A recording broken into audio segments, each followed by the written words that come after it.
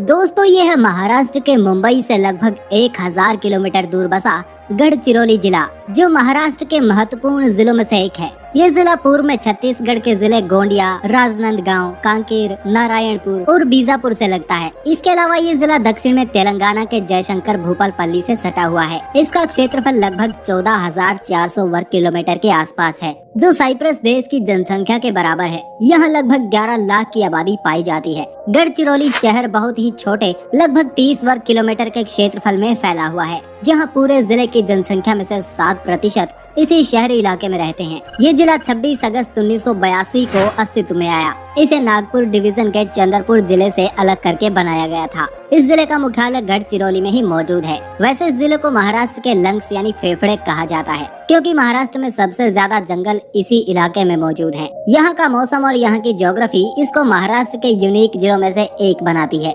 गढ़चिरौली से वैनगंगा नामक नदी बहती है, जो इसे फ्लड प्रोन इलाका बनाता है। इस इलाके में सागौन और बेम्बू की खेती बड़ी मात्रा में की जाती है। सागौन का इस्तेमाल शिप बनाने और घरों में इस्तेमाल होने वाले फर्नीचर में बहुत ज्यादा होता है। इसके अलावा बेम्बू का इस्तेमाल खाने से लेकर फर्नीचर, कंस्ट्रक्शन, ईंधन और घरेलू चीजों में होता है। इतिहास की बात करें तो ये जिला राष्ट्रकूट, चालुक्य, यादव और देवगिरी साम्राज्य के द्वारा रूल किया गया है। 13वीं शताब्दी में खंडक्या बल्ला शाह ने चंद्रपुर को अपनी राजधानी के तौर पर बसाया था, जिसमें से आगे चलकर गढ़चिरौली जिला अस्तित्व में आता है। 1905 में गढ़चिरौली एक तहसील के रूप में स्थापित हुआ था, जो लगभग 77 ईयर्स के बाद जिले के रूप में जाना जाता है। इस जिले को महाराष्ट्र के नक्सल प्रभावित इलाकों में गिना जाता है। इन लोगों को यहाँ होने वाले घने जंगलों से काफी फायदा पहुँचता है, जो इसे नक्सलियों वाला रेड कॉरिडोर इलाका बनाता है। जैसा कि हमने पहले भी बताया, ये इलाका छत्तीसगढ़ जैसे कम विकसित राज्य से लगता है। इसके अलावा नक्सली आंदोलनों से भी यहाँ की इकोनॉमी प्रभावित होती है।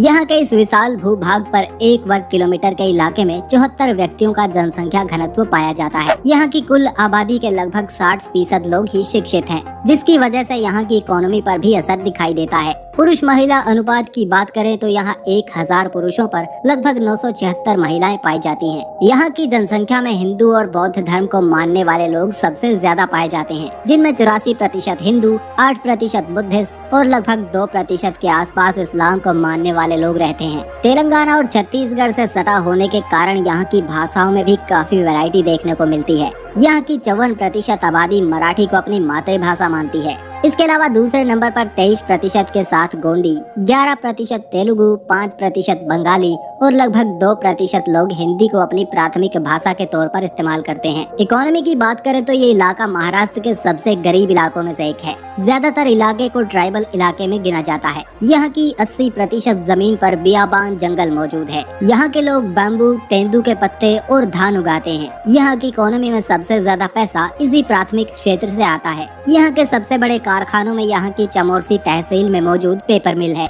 इसके अलावा छोटी मोटी चावल प्रोसेसिंग जैसी यूनिट्स भी देखने को मिल जाती हैं। यहाँ के नक्सल प्रभावित इलाके की वजह से यहाँ की इकोनॉमिक एक्टिविटीज में बहुत धीमी गति देखी जा सकती है, लेकिन बैकवर्ड रीजन ग्रांट फंड द्वारा मिली राशि से इलाके में डेवलपमेंट करने के प्रयास किए जा रहे हैं। इस इलाके में आपको ज्यादा ट्रांसपोर्ट की सेवाएं देखने को नहीं मिलती। यहाँ पर रेलवेज की एक 18 किलोमीटर लंबी लाइन टच करती है। इसके 300 किलोमीटर के दायरे में कोई भी एयरपोर्ट मौजूद नहीं है। यहाँ के रोड इंफ्रास्ट्रक्चर की बात करें तो इस जिले से नेशनल हाईवे 63, 353C, 353D और नेशनल हाईवे 542 और 930 गुजरते हैं।